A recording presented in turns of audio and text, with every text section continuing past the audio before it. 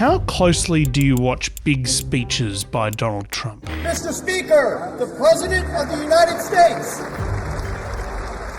I must admit, I don't watch them that closely these days. If something important happens, I'm sure someone will let me know.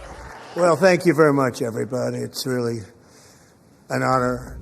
But on the prediction market websites Polymarket and Kalshi, there's a small community of people watching speeches like this year's State of the Union very closely indeed.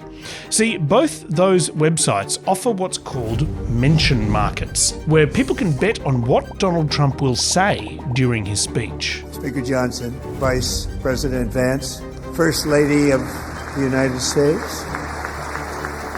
As Trump began speaking, hundreds of people on Kalshi were placing bets on 56 different words that Trump might say. I've made a chart tracking Kalshi's odds of him saying each of the 56 words. It's a bit of a mess, obviously, but it'll make sense in a second. For example, as he began talking, people thought it was pretty likely that he would say the number 250 when talking about America's 250th anniversary celebration in July.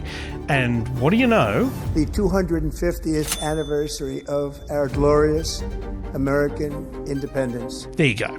The word trillion was also considered very likely to be mentioned, and the last administration got less than $1 trillion in new investment in the United States. The thing is, betting on likely words isn't very profitable.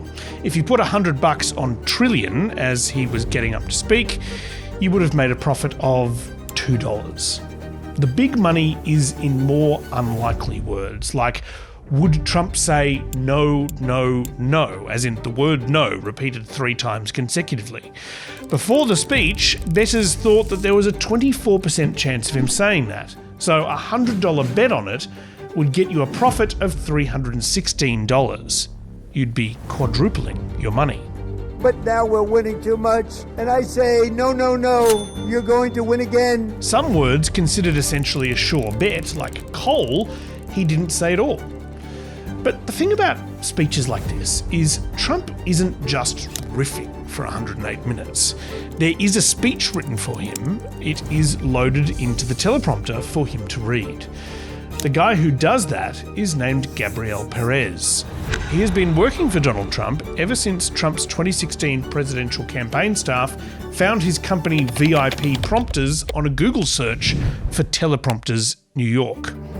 He sets up, loads and operates Trump's teleprompters. And, well, the president's longtime teleprompter operator is under investigation for insider trading. But of course, the man is being investigated for allegedly placing bets on his speeches on the prediction market Kalshi. The trades reportedly spanned more than a dozen high-profile addresses over a 3-month period, allegedly making him more than $100,000. They include the State of the Union address and remarks the president made at the World Economic Forum in Davos. It was a pretty big mistake for this guy to allegedly make these trades on Kalshi. While Kalshi is the most popular prediction market platform in the US, it also claims to be the most reliable. When they clocked what this guy seemed to be doing, they alerted authorities immediately. Most of the betting on political stuff happens on Kalshi's more roguish, unregulated rival, Polymarket. And on Polymarket, stuff like this teleprompter scandal is happening pretty frequently. A soldier was arrested and going to be on trial. He was on the team that went into Venezuela and captured Nicolas Maduro, and he allegedly bet on this at Polymarket. As Master Sergeant Gannon Ken Van Dyke was on his way into Caracas to capture the Venezuelan president, he was also betting that Maduro would be out of power by the end of that month, and what do you know? A bound and blindfolded Maduro now awaiting trial at a detention centre in New York with his wife. Van Dyke allegedly made nearly $450,000 on a $40,000 bet. Kalshi and Polymarket are exploding in size, influence and popularity. And as they do, more and more insider trading is being identified. These platforms are creating something new that we haven't really had before. It's an easy way to make money from secrets. It's a marketplace for espionage. Today, the bizarre story of how this prediction market industry got started and the ways it's now potentially causing serious security problems. I'm Matt Bevan, and this is If You're Listening. I am never going to climb Mount Everest, and that's for a whole lot of reasons, but there's one reason in particular. The worst part for me was probably about 3 hours into our summit climb. There was a lifeless body attached to the anchor, and every single person that was heading to the summit had to step over that human being. Yes, Mount Everest is covered in human corpses. I saw 5 bodies on the way up. One I sat next to for a while, not realizing that I was sitting next to a corpse in the snow. There are hundreds of these bodies, entirely intact but completely frozen. They look like they're sleeping, but they are very much dead. And one of these bodies is particularly interesting to me.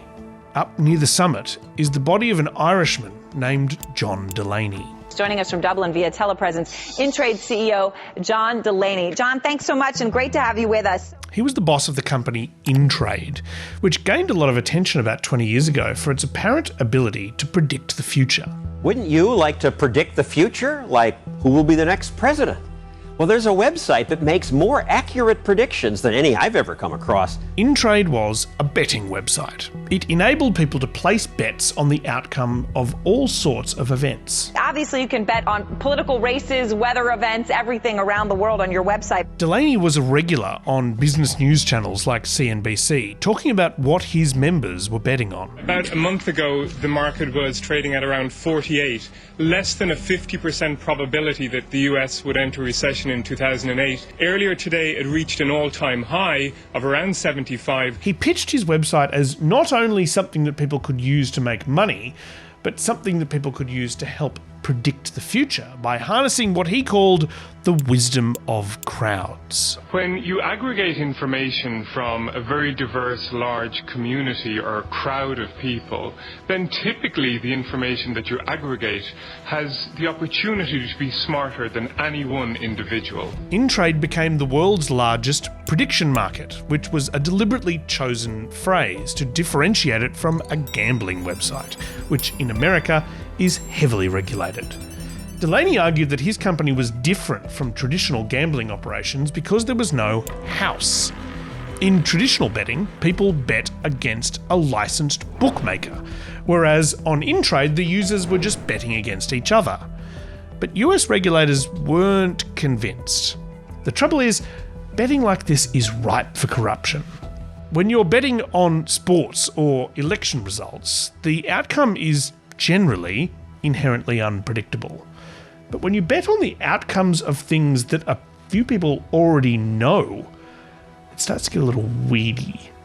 The regulators said they weren't necessarily against the idea of betting on things other than sports, as long as it was fair. To me, there's no reason why that you shouldn't be able to bet on the Oscars or bet on the presidential race, because it's regulated and as long as the system can't be gamed. But Intrade wasn't regulated, and the system could be easily gamed. They had to base themselves in Ireland, and Delaney himself was told he would be arrested if he entered the United States. If you came to the United States, you might be locked up. I've been told I don't look good in an orange jumpsuit. So Intrade had a few problems. One being that despite the attention it got from the media, it was surprisingly small. While it had a lot of users, they were spread out across so many different types of bets that there wasn't all that much money to be made in any of them. In economics terms, they didn't have a lot of liquidity in them. While Delaney may have been promising that the website was based on the wisdom of crowds, that only works if you've got a crowd of people betting. Most in-trade markets were very small, and odds could be moved by 1 or 2 relatively small bets.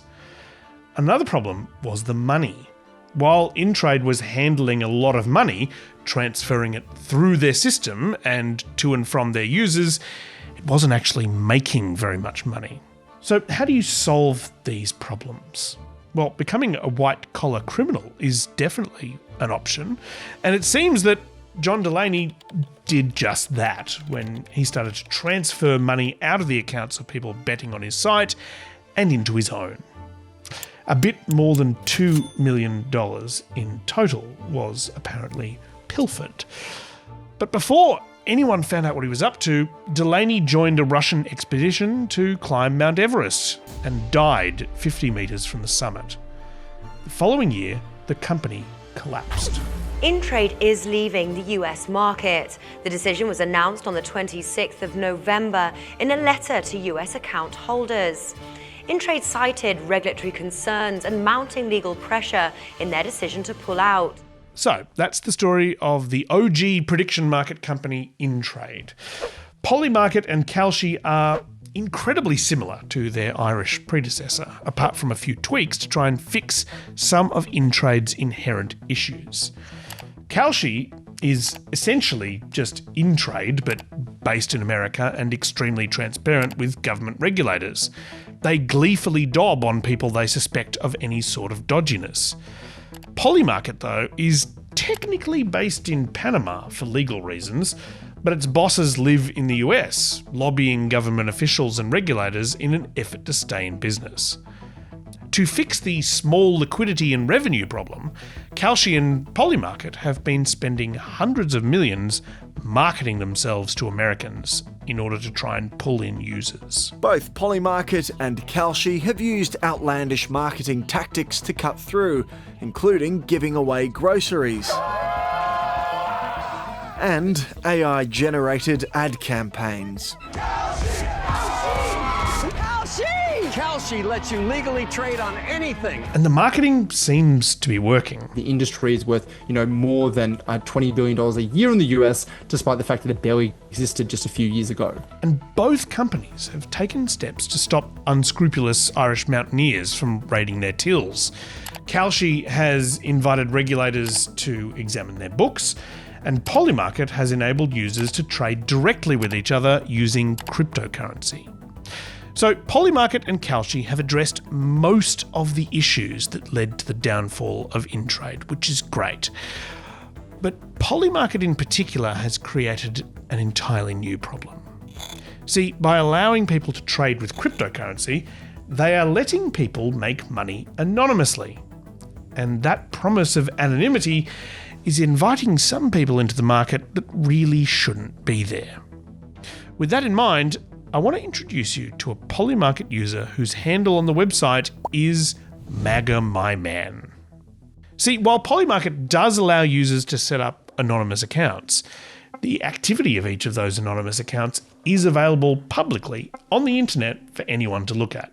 So while I don't know anything about Magamyman personally, apart from potentially his political tendencies, I do know all about what he's been betting on since starting his account in October 2024. In that time, Magamyman has made bets on dozens of different things, generally to do with geopolitics and financial markets. But the interesting thing is, his success varies wildly by topic. He isn't good at predicting what the stock market will do, or whether Bitcoin will go up or down, or who will win elections. One thing he is exceptionally good at is predicting when Iran is going to get bombed. In the first week of October 2024, when he opened his account, he put on a bunch of bets that Israel would not launch a military strike on Iran that week. This was an interesting bet because just days earlier, this happened. Bright lights streak through the sky as dozens of missiles rain down over Israel. After earlier Israeli attacks, which decimated the leadership of Iranian-backed militias Hamas and Hezbollah, Iran had been firing missiles into Israel. It was extremely scary, nothing that we could have anticipated. And a lot of people expected Israel to respond, but not Magamyman. In fact, he was so confident, he put about $20,000 down in bets that Israel would not retaliate that week. The way these bets work is you're buying shares in a contract that will pay $1 to whoever answers a question correctly. In this case, the question was, will Israel respond militarily to Iran by Sunday? You can either bet yes or no to that question. When Magamyman bought his first tranche of no shares, he bought them at 89 cents each, meaning that if Israel did not bomb Iran that week, he would get $1 back for every 89 cents he spent. When nothing happened, the account made about $3,800. Not bad for a bet on nothing happening. In the second week of his Polymarket account, he didn't make any bets at all. But then at the start of the third week, he bought $40,000 worth of yes shares, predicting that an Israeli strike was imminent. And several powerful explosions have been heard near Tehran. When a promise to attack becomes reality, the Israeli Defense Forces soon confirming it had begun its long-awaited strikes. This time, he won big, turning an $82,000 profit. By the end of the year, he was up 93 grand. 2025 was much quieter. He made a few bets here and there on local elections and whether the price of Bitcoin would go up or down and federal interest rate decisions. Most of the bets didn't go all that well for him. By year's end, he had made a profit of a little over $5,000. But then in 2026, things got much more interesting.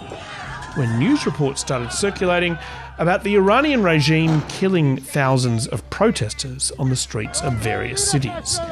And the White House started making threats. The president and his team have communicated to the Iranian regime that if the killing continues, there will be grave consequences. Magamyman's account sprang to life again, dumping $400,000 into an interesting mix of bets. One was a series of small yes bets that the US would begin striking Iran that month. The other was a series of comparatively larger no bets saying that Israel would not strike Iran that month. So he was betting that the US would launch attacks, but Israel would not. By the end of that month, nothing had happened. No attacks were launched by either side. But that was okay because his winnings betting on Israeli inaction outweighed his losses. But by mid-February, things started getting even more interesting. CBS News has exclusively learned the U.S. military could strike Iran as soon as Saturday. Could happen this weekend, could happen next week, might not happen at all. Despite increasing hype over a potential mid-February attack, Magamyman was confident that it wouldn't happen that month either. In fact, he was so confident that he started laying on some big bets, including 224 grand on the strike not happening in February at all. And then he placed another bet of 61 grand that the strike would happen by the end of March. This represented a massive shift in his activity. Throughout 2024 and 2025, he had made bets totaling $228,000 on Polymarket, but now he was dropping that kind of money on a single weekend. By the afternoon of the 26th of February, Donald Trump still wasn't quite sure what he was going to do. But he wanted the military to be ready for it if he decided to attack Iran. It'd be nice if we could do it without, but sometimes you have to do it with. He told the military to make preparations and wait for a final go order from him. Magamyman started putting an additional 200 grand on the strike happening in March. He took money out of his other bets in order to maximise his position. The rest of the market started moving too. Lots of people seemed to think that March might be going to happen. But then, at 3:38 p.m. on the 27th of February, Trump pulled the trigger. The president directed, and I quote, "Operation Epic Fury is approved. No aborts. Good luck," close quote. And the thing here is, most of the people on Polymarket didn't react at all. But Magamyman did. Just before midnight, Washington time, he began frantically placing bets on a February strike. He started buying up shares on before the end of March too, because February technically is before the end of March.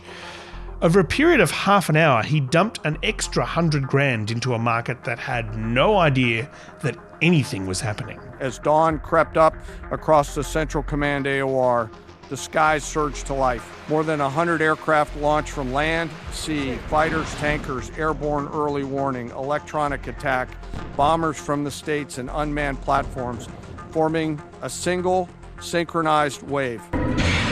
As the bombs rained down on Iran, Magamyman and a few other people who just happened to place bets at the exact right moment began to collect their winnings. A number of punters have reportedly made about $1 million by correctly predicting when the United States would strike Iran at the weekend. Now, I don't know who these guys are.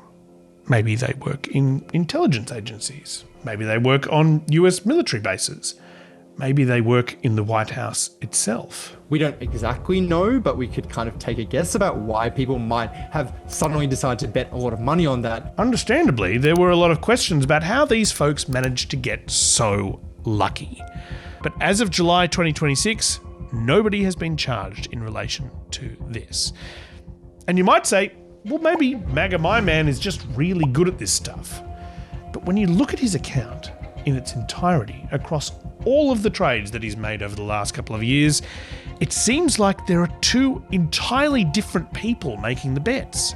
There's the normal Polymarket trader, dabbling in political bets, and then there's the one who seems to know ahead of anyone else explicitly when Iran is about to get bombed. If you separate them, the Iran bets from the non-Iran bets, the contrast could not be clearer. He has made $800,000 in bets on Iran over the course of 21 months. In terms of bets on non-Iran things, he's lost about 20 grand. Now, most Polymarket users are the second kind, the kind who bet on random things based largely on vibes and end up losing money. In fact, barely anyone who uses these sites makes any money at all. A recent analysis by the Wall Street Journal found that 70% of Polymarket users lose money, with just 0.1% of accounts taking 67% of the profits. In fact, Magamyman's success on Iran bets has landed him in the top 0.05% of the most successful traders on Polymarket. And Magamyman isn't alone in his betting trends. Many of the accounts in the top ranks of Polymarket traders are making a whole lot of coin, making similarly niche and specific bets, generally hidden in a forest of normal, uninformed trades. Anyone who isn't just blatantly opening an account exclusively to do a few naughty trades on the one thing they know about is pretty much flying under the radar. So what are the rules here? Are there even rules? Well, theoretically, yes. If there's one thing that traditional betting companies and government gambling regulators could agree on over the last few decades, it's that prediction markets like Indepth, Kalshi, and Polymarket are just gambling companies wearing a fake beard and glasses to avoid having to comply with gambling laws. Polymarket is banned in lots of countries, including Australia. It was banned in America too, though millions of Americans found it pretty easy to get access to it anyway.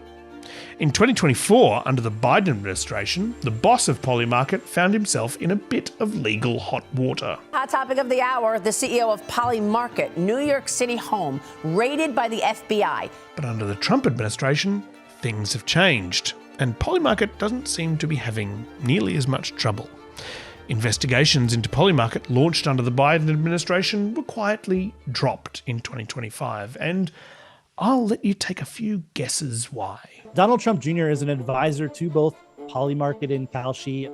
It's not exaggeration to say none of this would have happened without the Trump administration. The agency that is meant to police all of this, the Commodity Futures Trading Commission, is built to run on 5 commissioners, but right now it only has one, a Trump appointee named Mike. CFTC Chairman Mike Selig here. Over the past year, American prediction markets have been hit with an onslaught of state-led litigation. Mike's decided to try and protect the prediction markets from intervention by state governments across America. Prediction markets aren't new. They provide useful functions for society by allowing everyday Americans to hedge commercial risks. They also serve as an important check on our news media and our information streams. He says prediction markets are a way for people to check if the media is lying to them. To those who seek to challenge our authority in this space, let me be clear. We will see you in court. So, regulation seems to be sorted. And now anonymous accounts are making huge amounts of money based on often highly confidential information without any real repercussions. So what has all this deregulation created here? Well, on the one hand, it's just another gambling platform, really not all that much different from sports betting sites. But on the other hand, you've got an industry offering increasingly large amounts of money for secret information. Back in the olden days, by which I mean like 2 years ago, if you wanted to make money through information you got through your work or connections, you had to find someone who was interested in paying you for it. But now there's an app available on your phone which is offering money for anything you know that other people don't, as long as it's about an interesting topic. Do you know the details of an upcoming product launch? Do you know what is going to be said during an important speech? Do you know when a military operation is set to begin? This is a national security risk now, right? We have people trading on what our armed forces are doing and perhaps sending signals out into the world about what our military is going to do. It's not good. The amount of liquidity in Polymarket is increasing exponentially. It grew from $8 billion in May to nearly $14 billion a month later in June. More and more people are betting on more and more things, meaning people with insider information have more and more opportunities to make more and more money. So with all this deregulation, the Trump administration has created a market for espionage. Meanwhile, even his own staff are cashing in.